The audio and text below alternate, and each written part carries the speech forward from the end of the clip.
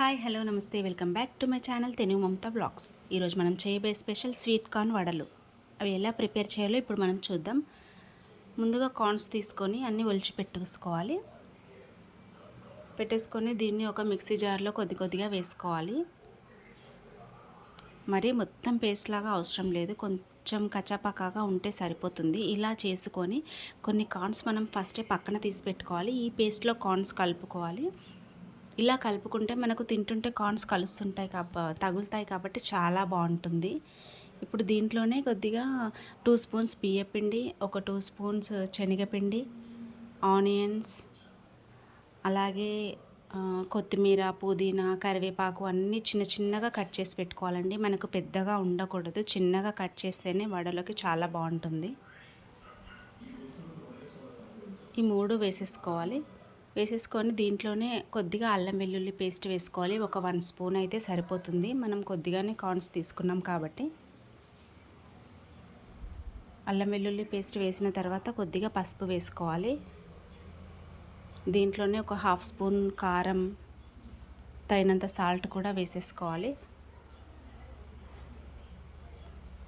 దీంట్లోనే ఒక 1 స్పూన్ జీలకర్ర పొడి, 1 స్పూన్ ధనియా పొడి కూడా వేసేసి మొత్తం బాగా కలపాలి.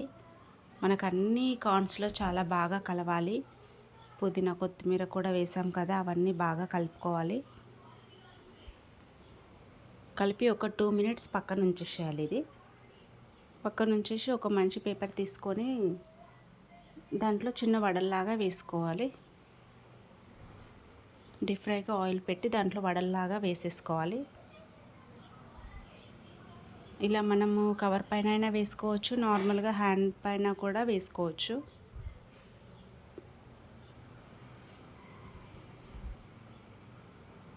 ఇలా కొద్దిగా తీసుకొని ఎక్కువ లావుగా వేసుకోకూడదండి, మళ్ళీ లోపల అంతా కొద్దిగా పచ్చిగా ఉంటుంది. నార్మల్గా ఉండాలి. కలర్ చూడండి ఎంత బాగుంది. ఇలా మొత్తం డీప్ ఫ్రై చేసుకోవాలి.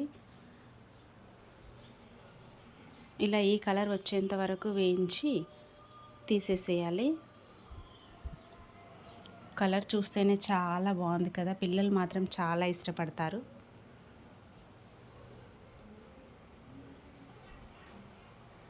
ఇవన్నీ టిష్యూస్లోకి తీసేసుకోవాలి, ఆయిల్ అంతా అబ్జర్వ్ చేసేస్తుంది.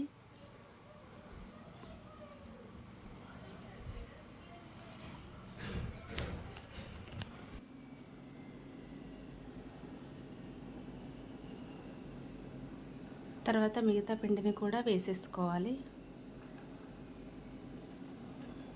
ఇలా హ్యాండ్తో కూడా వేసుకోవచ్చు. చాలా ఈజీగా ఉంటుందండి ప్రాసెస్ అంతా ఇది. తర్వాత సర్వింగ్ ప్లేట్లోకి తీసుకొని ఇక సర్వ్ చేసుకోవడమే.